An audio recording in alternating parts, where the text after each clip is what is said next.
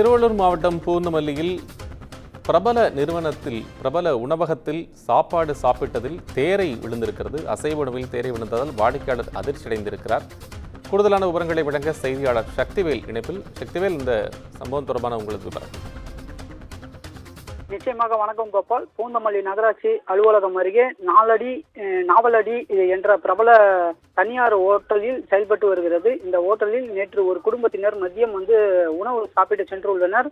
அங்கு ஒரு பிரியாணி மற்றும் அசைவ உணவு ஆர்டர் செய்து சாப்பிட்டு கொண்டிருந்தனர். இந்நிலையில் ஊழியர்கள் கொடுத்த மட்டன் குழம்பை ஊற்றி சாப்பிட முயன்ற போது அதில் ஏதோ பெரிய அளவிலான ஒரு பொருள் இருப்பதை கண்டு அதிர்ச்சி அடைந்தனர். அதனை தனியாக எடுத்து பிரித்து பார்த்தபோது முழு தேரை அப்படியே இறந்து நிலையில் இருப்பதை கண்டு அதிர்ச்சி அடைந்தனர்.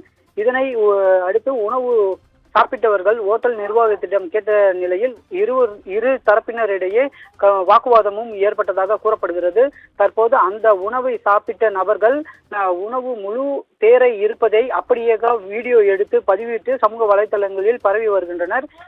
மேலும் அந்த உணவை சாப்பிட்டு செலுத்தியதற்கான பில்லையும் அந்த வீடியோவில் பதிவு செய்துள்ளனர். இது குறித்து உணவு பாதுகாப்புத்துறை அதிகாரிகள் உரிய நடவடிக்கை எடுக்க வேண்டும் என்ற கோரிக்கையும் வைத்துள்ளனர். பல்வேறு உணவகங்களில் சிறு சிறு பூச்சிகள், பல்லிகள், கற்பான் பூச்சிகள் இருந்த நிலையில் தற்போது முழு தேரையே உணவில் இருந்த சம்பவம் பெரும் அதிர்ச்சியும் பரபரப்பையும் ஏற்படுத்தியுள்ளது.